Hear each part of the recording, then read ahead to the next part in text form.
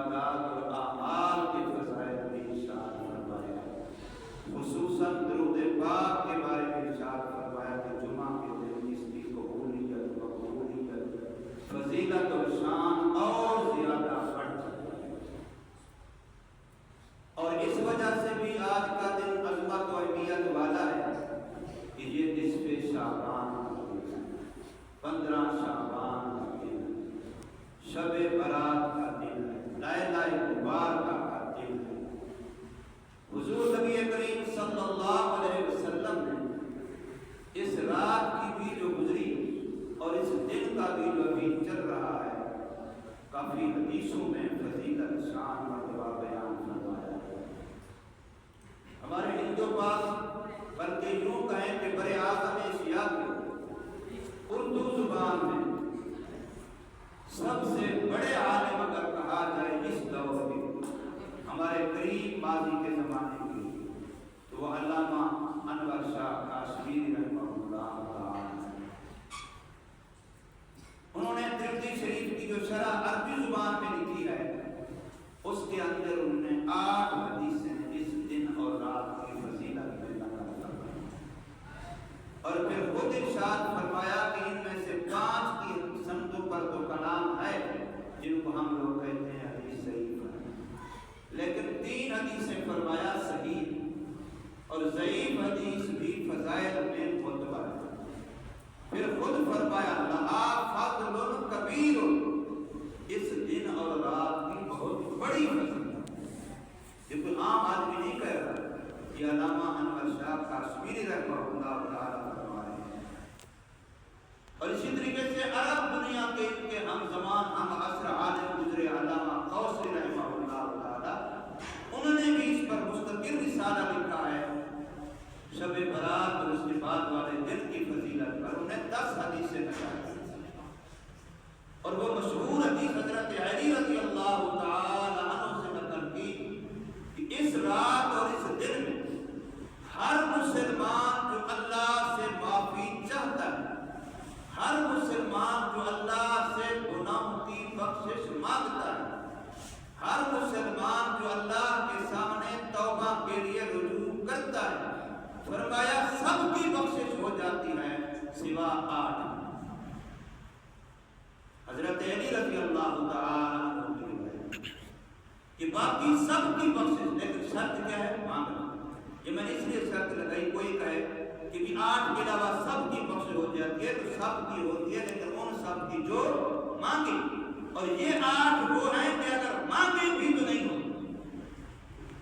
یہ 8 ایسے گویا برے اعمال کے واقع ہیں کہ اگر یہ بخشش مانگے بھی، رات بھی یہ ہو عظمت والی، لیکن پھر بھی جب تک وہ ان 8 گناہوں سے توبہ نہیں کریں گے، ان سے بیزاری نہیں کریں گے، برات نہیں کریں گے، اس وقت تک ان کے مانگنے کے باوجود بھی اس رات میں بھی ان کی مغفرت اور بخشش نہیں ہوگی۔ تو آپ اس سے ذرا اندازہ لگیں۔ میں نے جو 2-3 حوالے پیش کیے، پھر اس کے ساتھ تیسری بات یہ، جو علماء ہیں یا حدیث کی کتابیں دیکھتے پڑھتے ہیں تو تقریباً تمام حدیث کی کتاب میں بمائے سیاست جہاں کتاب الفضائل بیان کی گئی ہے، قرآن کے فضائل ہیں، فلاں کے فضائل ہیں، فلاں کے فضائل، وہاں لیلہ نصف شعبان کا مستقل ہیڈنگ عنوان سرخی دے کر کے اس کی فضیلت بھی بیان کی گئی۔ اس لیے بندہ بسا ہوگا وہ خرافات جو ہم لوگوں نے خود ایجاد کر دی، ان کی تردید کرتے ہوئے، ان کا رد کرتے ہوئے بسا اوقات بالکل ہی اس کی فضیلت کا انکار کر دیتا ہے، تو یہ نامناسب، یہ ناانصاف ہے۔ بے شک خرافات منع خود ہی ہمارے سرحدی علاقہ ہے ہمارے علاقے میں اس رات کو اللہ تعالیٰ معاف فرمائے، بچوں کو یاد کر کے چوریوں والی عید، اس رات کو شب برات ہے، چوریوں والی۔ اب یہ کتنی بری بات ہے، یہ رات نیکی کے لیے، اور وہاں یہ ذہن تھا کہ آج رات کو جس کے گھر سے کھانے پینے کی دہی دودھ کوئی اور چیز اٹھا لو، چوری اٹھا لو، کھا لو، کوئی گناہ نہیں، آج رات ایسے۔ یہ کتنا شیطان نے کہاں لگا، حلوے والی رات بنا لی. کسی نے کوئی نماز عجیب ایجاد کر لی کہ فلاں فلاں اس طریقے سے رکعتیں پڑھو, فلاں فلاں اس میں تلاوتیں کرو تو پھر یہ ہوگا فلاں ہوگا. تو بیری کے پتے ابال لو, پھر اس کے ساتھ غسل کر لو, پھر یہ ہوگا پورے سال کے گناہ معاف ہو جائیں گے اور جادو ٹونے کا علاج ہو جائے گا. اب یہ باتیں حدیث قرآن کی نہیں ہیں. یہ میں انکار نہیں کرتا, ممکن ہے کسی کے تجربے کی بات ہو, وہ الگ بات ہے. اسی طریقے سے چراغاں کرنا ہے, میلے ٹھیلے لگانا ہے, یہ پٹاخے چھوڑنا ہے, پتہ نہیں کیا کچھ بنا لیا, ساری رات کو نیند نہ کرنے دی. اب یہ باتیں ان کی رد کی وجہ سے اصل فضیلت کو رد کر دینا یہ ناانصافی ہے. اس رات کی اور اس دن کی فضیلت بہرحال ثابت ہے. رسول اللہ صلی اللہ علیہ وسلم فرمایا قوموا لیلہا وصوموا نہارہا, اس رات کو عبادت سے آباد کرو اور اس دن کو روزے سے آباد کرو. یہ حضور صلی اللہ علیہ وسلم کی صحیح حدیث کے الفاظ ہیں. خیر میں بات یہ کر رہا تھا کہ آج کا دن دو لحاظ سے, دو وجہ سے فضیلت ہے. یوم جمعہ ہونے کے لحاظ سے بھی فضیلت والا ہے اور نصف شعبان کا دن ہونے کے لحاظ سے بھی فضیلت والا ہے. آج ہم جتنے بھی بیٹھے ہیں یا جو اور ہیں زندہ ہیں, کوئی پتہ نہیں اگلے سال اس دن میں ہم میں سے کون ہوگا کون نہیں, کوئی بھی نہیں کہہ سکتا. اور اس زمانے میں اموات کی کثرت اور پھر اتنی اموات اس انداز سے بات, بندہ بیٹھا تھا وہی بیٹھا ہوا فوت ہو گیا, کھڑا تھا کھڑا ہوا گرا بھی فوت ہو گیا, گاڑی چلا رہا تھا اسٹیئرنگ پہ بیٹھا وہی فوت ہو گیا. ایسا نہیں ہوگا ہو رہا. مولوی سے بیان کرتا ہوا وہی کیا ہو گیا, فوت ہو گیا. ایسے کتنے واقعات. قاری سے تلاوت کرتا ہوا وہی تلاوت کرتے کرتے فوت ہو گیا. کتنے واقعات. تو اس زمانے میں بھی اگر ہم حسن بصری رحمہ اللہ تعالیٰ جو بہت بڑے اللہ والے درمیان میں آ گئے, بہت بڑے محدث بھی ہیں, بہت بڑے صوفی بھی ہیں. ایک نوجوان ان کے بارے پاس آیا کہ نصیحت فرما دیجیے. یہ وقت تھا کہ لوگ جاتے تھے کسی اللہ والا نصیحت کرتے. آج کل جو دوسرے دیکھے تو تانا اعتراض کرتے ہیں, بول بھی ایسے بھی ایسے, باقی نصیحت کی ضرورت نہیں ہے. نوجوان آیا, حضرت مجھے کوئی نصیحت فرما دیجیے. حضرت نے سننے کے بعد پوچھا بیٹا تیرے امی ابو زندہ؟ بچے نے جواب دے دی فوت ہو. امی ابو دونوں اللہ کو پیارے فوت ہو. حضرت نے فرمایا بیٹا اگر ماں باپ کی موت سے آپ کو نصیحت نہیں ملی تو میری نصیحت بھی آپ کو کوئی فرق نہیں. یعنی آپ اندازہ لگائیں کہ موت ایک مستقل نصیحت ہے. موت کون سا گھر ہے جس گھر سے جنازہ نہیں اٹھا, کون سا گھر ہے جس گھر میں موت نہیں ہوئی, لیکن نصیحت نہیں. تو نصیحت موت اس وقت اتنا عام ہے کہ آپ سوچ نہیں سکتے. کل نہ پرسوں ہمارے مدرسے کے استاد مفتی دارالعلوم ہمارے کے ساتھ زیادہ وقت لگاتے ہیں ماشاء اللہ, تبلیغی جماعت کے ساتھ رضا باد میں رہتے ہیں, عباس مسجد کے امام. ان کی بھتیجی فوت ہوئی, میں جنازے میں گیا. ان کا گھر ہے کمال آباد والے قبرستان کے ساتھ, لیکن دفن کیا اس بچی کو کلیم شہید پارک سے پرلی طرف جو قبرستان ہے اس کو. تو میں نے پوچھا کہ یار اتنا دور کیوں لے آئے, تمہارا قریب تو قبرستان وہ ہے. انہوں نے جواب دیا کہ وہاں ہم گئے ہیں تو گور نے قبر کھودنے والے نے کہا کہ جی ابھی میں نے 8 قبریں پہلے اور کھودنی ہیں, نامہ نمبر تمہارا ہوگا, اگر انتظار کر سکتے ہو تو پھر ٹھیک ہے. یہ ایک قبرستان کی بات کر رہا ہوں, ایک دن کی بات کر رہا ہوں. فیصل آباد میں کتنے قبرستان ہیں, لیکن پھر بھی ہمیں موت یاد نہیں ہے. ہر قبرستان میں روزانہ 1 سے زیادہ قبریں کھودی جا رہی ہیں, 1 سے زیادہ مردے دفن کیے جا رہے ہیں, لیکن مجھے میری موت کا خیال نہیں.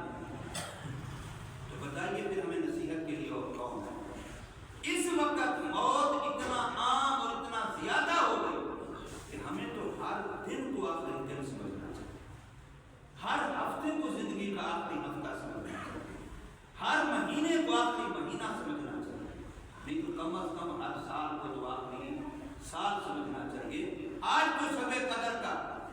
شعبان کا یہ دن یہ جمعہ ہمیں نصیب ہے، اگلے سال کس کو نصیب ہوگا کس کو نہیں ہوگا کون کہہ سکتا ہے؟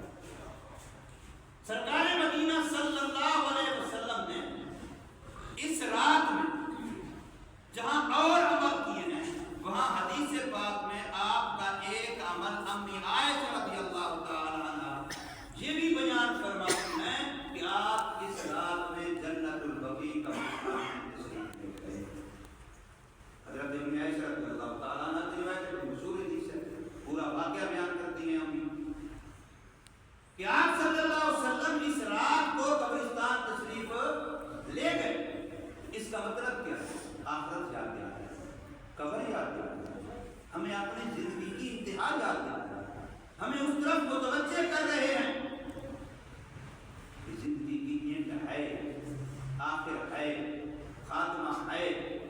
اور پھر حضور صلی اللہ علیہ وسلم کی یہ حدیث پاک کہ انما الاعمال بالخواتیم، عملوں کا دار و مدار ہی آخر پر ہے۔ میری اور آپ کی زندگی ہر ایک عمل ہے، میری زندگی میرا ایک مستقل عمل ہے، ہم میں سے ہر ایک کی زندگی ہمارا مستقل ایک عمل ہے۔ اور بخاری شریف کے اندر یہ حدیث موجود ہے رسول اللہ صلی اللہ علیہ وسلم کی تقریر کے بعد میں کہ فرمایا بہت سارے لوگ ایسے ہیں جو زندگی بظاہر نیک اعمال والی گزارتے ہیں، معاشرے کے اندر ان کو نیک افراد میں شمار کیا جاتا ہے، لیکن مرنے سے پہلے لکھا ہوا غالب آتا ہے کوئی کلمہ ایسا منہ سے نکل جاتا ہے کہ خاتمہ کفر میں۔ یہ صحیح بخاری میں حدیث ہے، اس لیے ہر وقت ڈرتے ہیں۔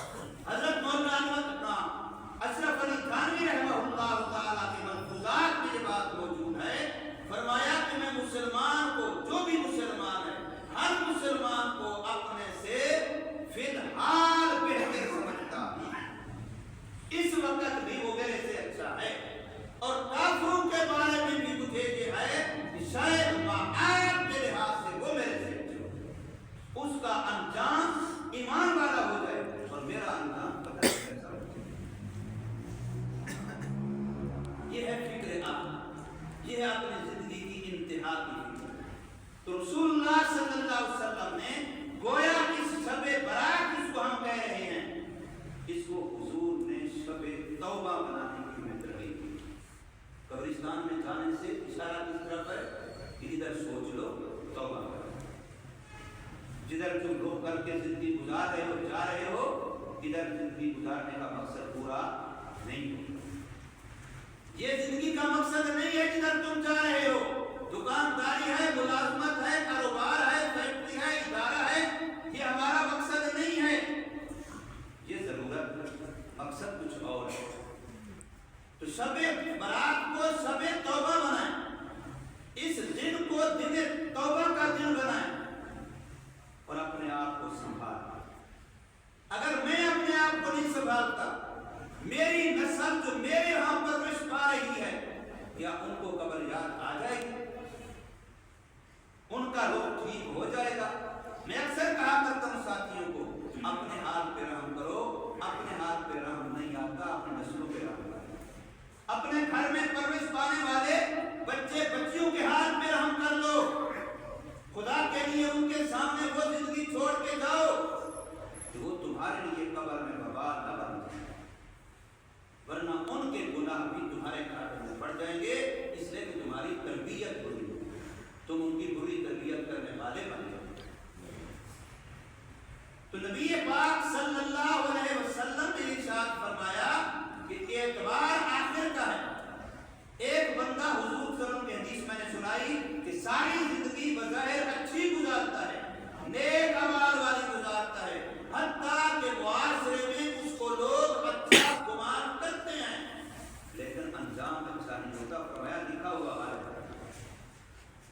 اور ایک بندہ بظاہر زندگی بیچارہ کمزور گزارتا ہے، گناہ بھری گزارتا ہے، نافرمانی والی گزارتا ہے، لوگ اس کو برا سمجھتے ہیں، اس کی طرف اشارے کرتے ہیں ایسا تیسا ویسا، لیکن فرمایا اس کا انجام اچھا ہو جاتا ہے، اس کا انجام اچھا ہو جاتا ہے، وہ جنتی بن جاتا ہے، وہ کامیاب ہوتا ہے۔ اور اسی کو رسول اللہ صلی اللہ علیہ وسلم کے وہ صحابی حضرت عمر رضی اللہ تعالیٰ اور خود نبی پاک صلی اللہ علیہ وسلم کا عمل بھی کہ اگر یہ ہو کہ صرف ایک انسان ایسا ہے جو جنت میں جائے گا، فرمایا مجھے امید ہے کہ وہ میں امید اتنا زیادہ، لیکن اگر اس کے الٹ یہ ہو کہ صرف ایک انسان ہی جہنم میں جائے گا تو مجھے ڈر بھی اتنا ہے کہ کہیں وہ میں الایمان بین الخوف والرجاء، ایمان خوف اور امید کے درمیانی کیفیت کا نام ہے۔ نہ تو خوف اتنا غالب ہو کہ بندہ نا امید ہو جائے اور نہ امید اتنا غالب ہو کہ بندہ اعمال ہی چھوڑ دے۔ اس کیفیت کے ساتھ ہم زندگی گزاریں اور اپنے اس دن کو یوم توبہ بنائیں، توبہ کے دن کے طور پہ منا لیں۔ میں نے جو پہلی آیت کا ٹکڑا پڑھا ہے وَلَلْآخِرَةُ خَيْرٌ لَكَ مِنَ الْأُولَىٰ، شاید آپ نے اس پر کوئی بات کبھی سنی ہوگی۔ اس میں اللہ پاک اپنے محبوب نبی محمد کریم صلی اللہ علیہ وسلم کی سیرت کا ایک پہلو بیان کرتا ہے۔ محمد کریم صلی اللہ علیہ وسلم کی سیرت، آپ کا اسوہ حسنہ، آپ صلی اللہ علیہ وسلم کی سنت مطہرہ و مقدسہ، اس کا ایک پہلو یہ ہے جس کو قرآن اس آیت کے اس لفظ میں بیان کر رہا ہے وَلَلْآخِرَةُ خَيْرٌ لَكَ مِنَ الْأُولَىٰ۔ پکی بات ہے اے محمد کریم صلی اللہ علیہ وسلم، آپ کا ہر بعد والا لمحہ اور وقت، دن اور گھڑی، ہفتہ اور مہینہ پہلے والے سے بہتر ہے۔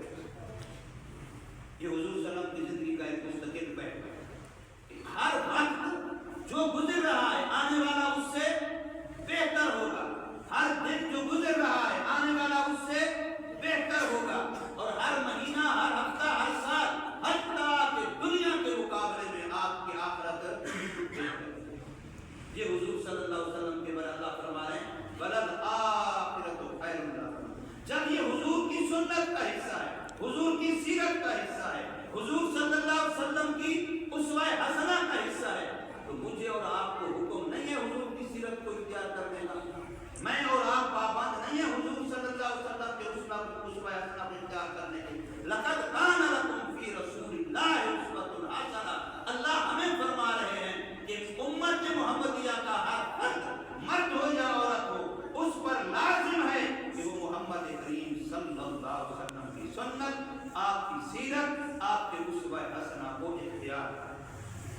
تو جب حضور صلی اللہ علیہ وسلم کے لیے یہ بات ہے تو پھر میرے لیے بھی ہے کہ میں بھی اپنی زندگی کو اس طریقے سے گزاروں کہ ہر دن جو میرا گزر گیا آنے والا دن اس سے بہتر ہو۔ جو نماز میں نے صبح کی پڑھی تھی، جس کیفیت میں پڑھی تھی، جس خضوع سے، جس للہیت سے، جس توجہ سے، جس دھیان سے پڑھی تھی، اب جمعے کی نماز اس سے بہتر ہو، پھر عصر کی نماز اس سے بہتر ہو، پھر مغرب کی اس سے بہتر ہو۔ اگر ہم بہتری کی طرف جا رہے ہیں تو اس آیت کے مطابق ہم حضور صلی اللہ علیہ وسلم کی سنت کی اتباع کریں۔ اور اگر ہمارا حال پیچھے جا رہا ہے، وہ جی پچھلی جب نصف شعبان آئی تھی، شب برات آئی تھی، ماشاءاللہ میں نے بڑی عبادت کی تھی، بڑا ذکر کیا تھا، بڑی تلاوت کی تھی، دن کو روزہ رکھا تھا، دن کو درود پاک پڑھا تھا، بس اس دفعہ سستی ہو گئی، اس دفعہ کمزوری ہو گئی۔ تو اگر یہ بات جو آپ کے میرے ذہن میں آتی ہے، پھر ہم اس کو بہانہ بناتے ہو جی کیا کریں، ماحول اتر جا رہا ہے، بے دینی پھیل رہی ہے، تو پھر بتائیے قرآن کی یہ آیت جیسے 1400 سال پہلے تھی، یہ آیت آج بھی ہے، جیسے 1400 سال پہلے یہ آیت کا لفظ بول رہا تھا، آج بھی یہ بول رہا ہے۔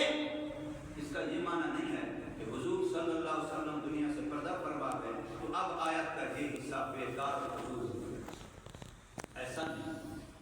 قرآن قیامت تک کے اور نمونہ عمل ایک ایک لفظ نصیحتوں کا سمندر ہے۔ اس آیت کے اندر بھی آج بھی نصیحت موجود ہے۔ ہم میں سے ہر ایک کے ضمیر کو جھنجھوڑ کے یہ آیت کہہ رہی ہے کہ اے مسلمان تو بتا، تیرا ہر دن پہلے دن سے بہتر ہے کہ نہیں، تیرا ہر ہفتہ پہلے ہفتے سے بہتر ہے کہ نہیں، تیرا ہر مہینہ پہلے مہینے سے بہتر ہے کہ نہیں، تیرا ہر سال پہلے سال سے بہتر ہے کہ نہیں؟ اگر ہے تو تجھے مبارک ہو، اور اگر نہیں ہے تو پھر افسوس کی بات ہے، پھر توبہ کر، دوبارہ سے اپنے آپ کو اسی لائن پہ دے۔ صحیح بخاری شریف کی حدیث ہے، رسول اللہ صلی اللہ علیہ وسلم کا فرمان ہے کہ میرے جس امتی کے 2 دن ایمان کے لحاظ سے، ایمانی کیفیت کے لحاظ سے برابر کے گزر جائیں کہ وہ پہلے دن سے دوسرے دن میں ترقی نہ کرے بلکہ وہیں رہے جہاں لیول پہلے دن تھا، دوسرے دن بھی وہیں رہے، میرے حضور کی حدیث ہے صلی اللہ علیہ وسلم، اور صحیح بخاری شریف میں ہے، فرمایا میرا یہ امتی خسارے میں، میرا یہ امتی گھاٹے میں۔ اب ذرا میرے سمجھ ہم سب اپنے دامن میں چھانکے ذرا کہ ہم کتنے بڑے حاجی غازی نیک نمازی مولوی پیر بنتے ہیں اور کس حال میں کدھر جا رہے ہیں۔ یہ صحیح حدیث ہے، اس پر کوئی کلام نہیں ہے کہ جس کے 2 دن برابر کے ہیں ترقی نہیں ہو رہی، ترقی، فرمایا میرا یہ امتی خسارے میں ہے، میرا یہ امتی گھاٹے میں ہے۔ تو میں اس لیے عرض کر رہا ہوں اس جمعے کو یوم توبہ کے طور پر منائیں، زندگی کا رخ موڑیں، گاڑی زندگی کی جدھر جا رہی ہے، جس رفتار سے جا رہی ہے، جس طرز و انداز سے جا رہی ہے، ادھر کامیابی نہیں ہے۔ اپنی زندگی کی اصلاح کے لیے توبہ کریں اور اس جمعے کو غنیمت سمجھیں کہ یوم جمعہ بھی ہے اور یوم نصف شعبان بھی ہے۔ دن شروع کس وقت ہوتا ہے؟ دن شروع کس وقت ہوتا ہے؟ جب صبح کی اذان کا وقت ہوتا ہے۔ یا سورج طلوع ہونے سے دن شروع نہیں ہوتا۔ دن شروع کس وقت ہوتا ہے؟ جب صبح کی اذان کا وقت ہوتا ہے۔ اذان ہو جانا ہوگا، جب وقت ہو گیا دن شروع ہو گیا۔ ختم کب ہوتا ہے؟ جب مغرب کی اذان کا وقت ہے، یہ دن ختم ہوتا ہے۔ مولانا بیٹھے ہیں اور علماء ہیں، حدیث کی کتابیں ہیں، میں آپ کو صرف توجہ دلانے کے لیے، آپ کے دل میں ایک بات ڈالنے کے لیے عرض کر رہا ہوں۔ اس سارے دن کے اوقات کی فضیلت کے لحاظ سے، عظمت کے لحاظ سے، شان کے لحاظ سے، قرآن و حدیث سے، شریعت سے پوچھ کر کے آپ دیکھنا، آپ کو تمام علماء بتلائیں گے کہ سارے دن کا افضل وقت جو ہے وہ عصر کے بعد مغرب سے پہلے کا سب سے افضل وقت پورے دن کا۔ کیوں؟ وہ دن کا آخر ہے۔ رات شروع کس وقت ہوتی ہے؟ مغرب کی اذان ہوئی، رات شروع ہو گئی اسلامی لحاظ سے۔ ختم کس وقت ہوتی ہے؟ جب صبح کی اذان کا وقت ہوا، رات ختم ہو گئی۔ اب اس رات کے پورے وقت میں کسی عالم سے پوچھئے، حدیث کی کتابیں اٹھا کے دیکھیے، سب سے افضل وقت رات کا کون سا ہے؟ جو صبح کی اذان سے پہلے، جس کو ہم تہجد کا وقت، سب سے افضل وقت رات کا آخری وقت ہے، سب سے افضل وقت دن کا آخری وقت ہے۔ اور میری اور آپ کی زندگی کیا ہے؟ دن اور رات ہے، تیسری کوئی چیز نہیں۔ میری اور آپ کی زندگی جب سے آپ پیدا ہوئے دن اور رات کے علاوہ کچھ اور دیکھا؟ رات ہے، دن ہے، رات ہے، دن ہے، رات ہے، دن ہے۔ تو ہر رات آپ کو پیغام دیتی ہے اپنی زندگی کا آخر اچھا بنا، ہر دن آپ کو پیغام دیتا ہے اپنی زندگی کا آخر اچھا بنا۔ اور میں اور آپ جانتے ہیں کہ ہماری زندگی کا آخر کیا ہوگا، کب ہوگا؟ ہمارے لیے بس یہی لمحہ، ہر لمحے کو آخری سمجھیے، ہر لمحے کو آخری سمجھیے، ہر دن کو آخری سمجھیے، ہر ہفتے کو آخری سمجھیے، پھر دیکھنا آپ کی زندگی رش کے ملائکہ بن جائے، پھر آپ کی زندگی رش کے ملائکہ بن جائے۔ اللہ آپ سے دوستی کرے گا، اللہ آپ کو اپنا ولی اور آپ کو اپنا دوست فرمائے گا۔ آپ اس طریقے سے زندگی گزارتے ہیں۔ سال کے مہینے کتنے ہیں؟ 12۔ اسلامی لحاظ سے بھی 12 ہیں، ویسے بھی 12 ہیں، 12 مہینے۔ پچھلا مہینہ گزر گیا رجب کا، اس میں ایک رات ہے شب معراج، عظمت والی ہے، کوئی انکار نہیں ہے، معراج کا عمل بڑا عظمت والا عمل ہے۔ اس مہینے میں شعبان چل رہا ہے، رات آدھی شب برات، تقدیر کے فیصلے، سال بھر کے لیے ہماری عزتوں کے فیصلے، ہماری کامیابیوں کے فیصلے، ہماری ناکامیوں کے فیصلے، ہماری عزتوں کے فیصلے، ہماری ذلتوں کے فیصلے، ہماری بلندیوں کے فیصلے، ہماری پستیوں کے فیصلے، ہماری زندگیوں کے فیصلے، ہماری موتوں کے فیصلے، پیدا ہونے والوں کے فیصلے، حدیث کے مطابق اس حال میں ملائکہ کے حوالے ہوئے، سال کے لیے ملائکہ کے حوالے کیے جاتے ہیں۔ تو اب کبھی سوچا کہ اگر آپ نے مالک سے، دیہڑی کرنے والے نے شام کو مزدوری لینی ہو تو کیا چاہتا ہے کہ میں اس حال میں مزدوری لینے جاؤں کہ وہ مجھ سے خوش ہو کے دے، یا اس حال میں جاؤں کہ وہ دو چار غصے کی باتیں کر کے پھر مجھے پیسے پھینک دے؟ ہر بندہ کیا چاہتا ہے؟ یہی چاہتا ہے کہ مجھ پر خوش بھی ہو، شاباش بھی دے، تھپکی بھی دے اور مزدوری بھی دے، 10 15 20 50 100 اوپر بھی دے، ماشاءاللہ تو نے کام کیا، مجھے مزہ آ رہا۔ ایسے چاہتے ہیں نہیں چاہتا؟ تو پھر اللہ سے ہم نے مزدوری نہیں لینی، اللہ سے ہم نے اجرت نہیں لینی، اللہ سے ثواب اور اجر نہیں لینا۔ جب لینا ہے تو پھر ہر دن کو ایسے گزارو کہ شام کو اللہ تعالیٰ تھپکی بھی دے اور شاباش بھی دے اور اجر سے بڑھ کر کے انعام ہونا چاہیے کہ نہیں ہونا چاہیے؟ تو سال کے 12 مہینوں میں سے اسلامی لحاظ سے آخری مہینہ ہے ذو الحجہ۔ فضیلت میں نے عرض کیا ہے، شعبان کی اپنی فضیلت ہے، رجب کی اپنی فضیلت ہے، ربیع الاول کی اپنی فضیلت ہے، رمضان مبارک کی اپنی فضیلت ہے۔ کسی مہینے کی فضیلت کا انکار نہیں ہے، لیکن اللہ پاک کا قانون دیکھیے، نظام دیکھیے کہ آخری مہینہ سال کا کون سا ہے؟ ذو الحجہ۔ اللہ نے اس میں کون سا عمل رکھا ہے؟ حج۔ کون سا عمل رکھا ہے؟ اللہ سب کو نصیب فرمائے۔ حج پیسے سے نہیں ہوتا، یاد رکھیں، حج پیسے سے نہیں ہوتا، ادھر سے بڑھانے سے ہوتا۔ عمرہ بھی پیسے سے نہیں ہوتا، ادھر سے بڑھانے سے ہوتا ہے۔ جب وہ چاہتے ہیں دوسری وقت غریب بھی چلا جاتا ہے۔ ہمارے علاقہ ہمارا کون سا شریف ہے، ایک سردار سے الطاف خان اس کا نام تھا، مرحوم اللہ اس کا مغفرت۔ ویسے بڑے وہ سخت مزاج تھے، وہ خاص دیندار نہیں تھے۔ چند دن پہلے عمرہ کر کے ابھی گھر نہیں پہنچے تھے، ہمارے وہاں ضلع ڈر وزیر خان ڈر وزیر خان شہر ہے، اس کے ہاں آئے، اس کے اندر آئے کسی عزیز کی، وہی فوت ہو، عمرہ تازہ کر گیا۔ اس کا بیٹا مجھے بتا رہا تھا، میں وہاں تعزیت کے لیے گیا، اس کا بیٹا بتا رہا تھا کہ وہ سلام کے لیے آئے، آخری دن آئے، الوداعی سلام کرنے آئے ہیں، حسرت ہے دل میں، جو ریاض الجنہ کا اس کو موقع نہیں ملا۔ وہ جو موبائل والا سسٹم چلایا آج کل، اس بیچارے کو موقع نہیں ملا، تو دل میں حسرت، رو رہا تھا۔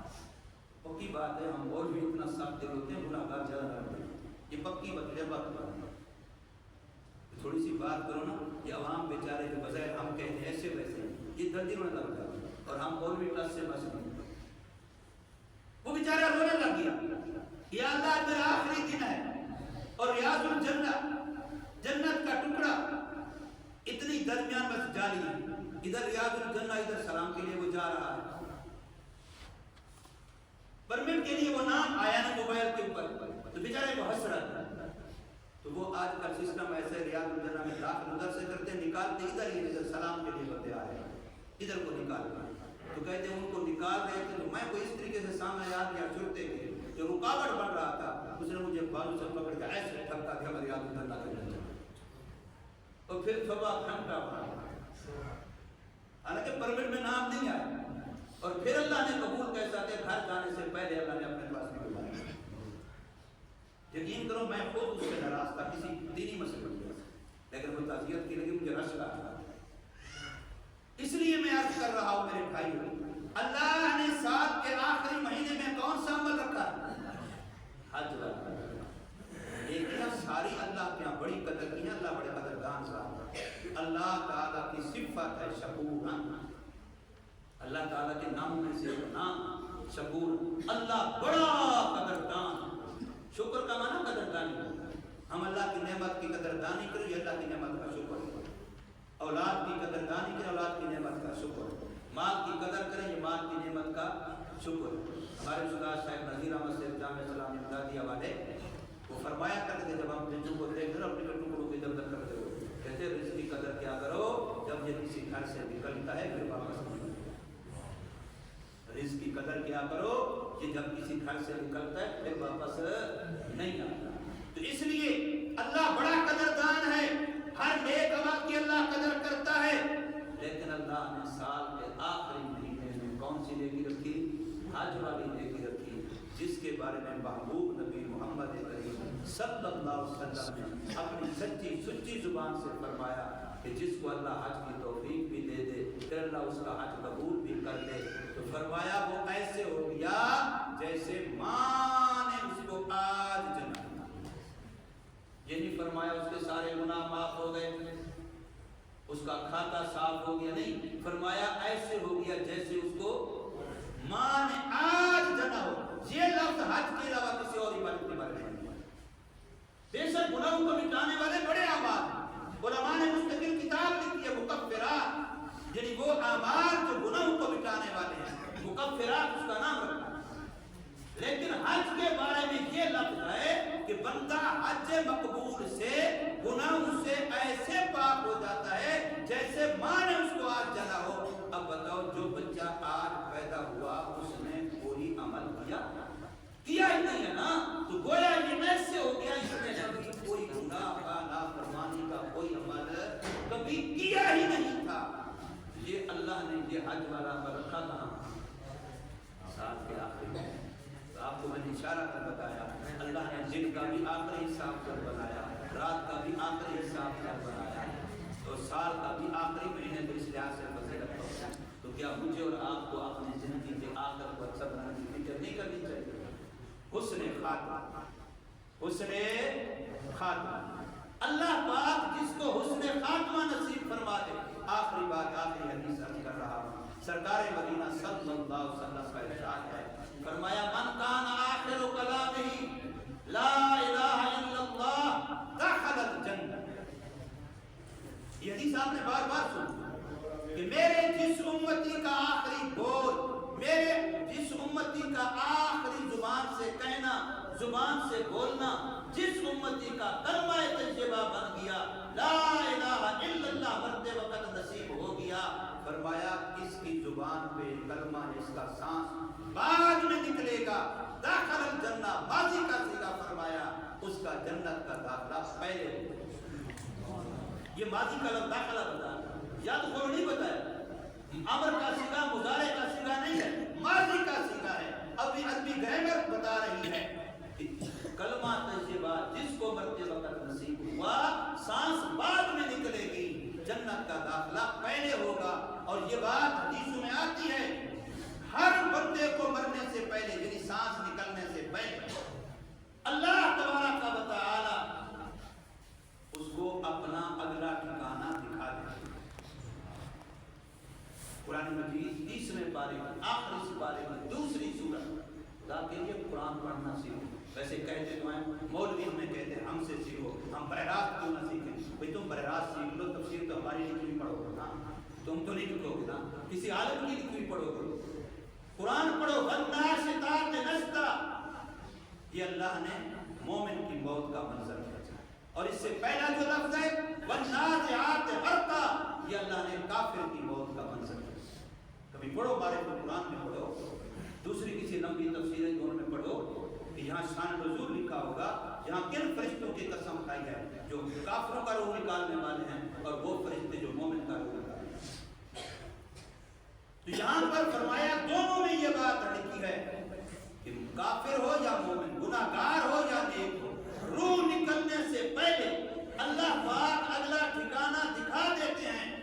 تو جب کافر کا معاملہ ہوتا ہے، اگلا ٹھکانہ اتنا ڈراؤنا ہوتا ہے، اتنا خوفناک ہوتا ہے، اتنا تکلیف دہ ہوتا ہے، اتنا ناپسندیدہ ہوتا ہے کہ اس کی روح جسم سے نکلنا نہیں چاہتی، ادھر چھپتی ہے، ادھر چھپتی ہے، ادھر چھپتی ہے۔ تو فرشتے والنازعات غرقا، وہ غوطہ لگا کر کے، تو جیسے پانی کے اندر بندہ غوطہ لگاتا ہے، ایسے انسان کے جسم میں فرشتے روح نکالنے والے غوطہ لگا کر کے اندر سے روح کو کھینچ نکالتے ہیں۔ نزع کا لفظ والنازعات، اندر سے کھینچ نکالتے ہیں، جسم کو چیرتے ہوئے، بوٹی بوٹی کو، گوشت کو، رگوں کو چیرتے ہوئے روح باہر نکلتی ہے۔ اس لیے اس کی روح نکلنا نہیں چاہتی کہ آگے خوفناک منظر نظر آ رہا ہوتا ہے، وحشتناک منظر نظر آ رہا ہوتا ہے، آگے مشکلات نظر آ رہی ہوتی ہیں، ابھی روح نکلی نہیں ہوتی، پہلے یہ منظر نظر آ رہا ہے۔ اور ایمان والا